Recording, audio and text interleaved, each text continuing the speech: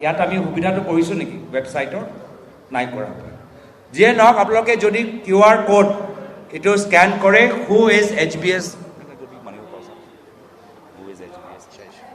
তাত যাব পাৰে আৰু তাত আমি অসমৰ জনসাধাৰণক আমি আহ্বান জনাইছোঁ কি যদি আপোনালোকৰ ওচৰত কিছু তথ্য আছে কিছু ফটো আছে কিছু আপোনালোকৰ অভিযোগ আছে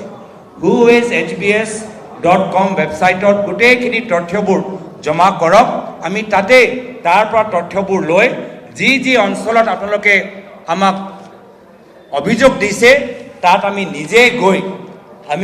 গৈ আমি তাত আমি চাম আমি নিজে গৈ আমি ৰাইজৰ হৈ আমি তদন্ত কৰিম আৰু ৰাইজৰ সন্মুখত গোটেইখিনি কথাবোৰ আমি ফাদিল কৰিম লগতে আমাৰ এটা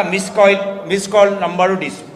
9133400200 যদি আপোনালোকে কিবা কাৰণত ৱেবছাইটটো যদি আপোনালোকে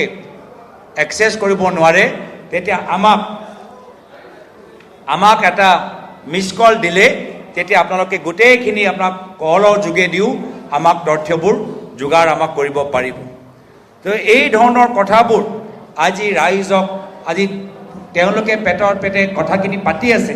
কিন্তু এতিয়া কথাবোৰ এতিয়া আমি ভিতৰত ৰাখিব পৰা নাই এতিয়া আমি কথাখিনি আমি ৰাইজৰ মাজত লৈ যাবলৈ বিচাৰোঁ আৰু সেইকাৰণে আমি কৈছোঁ যে সময় হ'ল পৰিৱৰ্তনৰ আৰু তেতিয়াবা পৰিৱৰ্তন যদি আমি আনিবলৈ বিচাৰোঁ তেতিয়াহে গৈ আমাৰ মাটি সুৰক্ষিত হৈ থাকিব আৰু আমাৰ অসমৰ ৰাজনীতিক যি আদৰ্শবোৰ সেই আদৰ্শবোৰ সুৰক্ষিত হৈ থাকিব এতিয়া আমাৰ ওচৰত যিমান তথ্য আছে প্ৰায় 12,000 বিঘা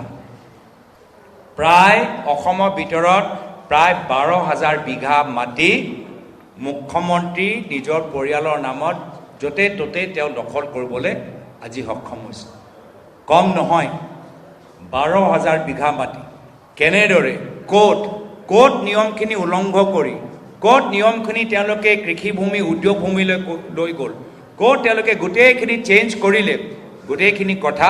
আগন্তুক দিনত আমি ফাদিল কৰিম বাৰম্বাৰ এই বিশ্বাসগতা কৰা ব্যক্তিক আজি অসমৰ ৰাইজে আৰু নিবিচাৰে আৰু সেইকাৰণে আজি এই কথাবোৰ আপোনালোকৰ মাজত আমি জনাবলৈ আহ্বান জনাইছোঁ কাইলৈৰ পৰা আপোনালোকে দেখা পাব যে কেনেদৰে এই পেম্ফলেটৰ লৈ